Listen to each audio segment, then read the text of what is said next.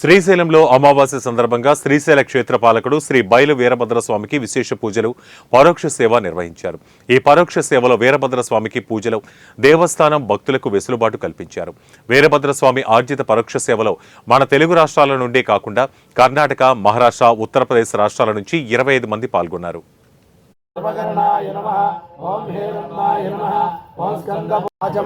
సమర్పయామి పాత్రం పూర్ణం దధాతే మదవ్యాసారేతే ఏకదా బ్రాహ్మణ ఉపహారతే ఏకదైవ యజమానః యస్తేజో దదాతి.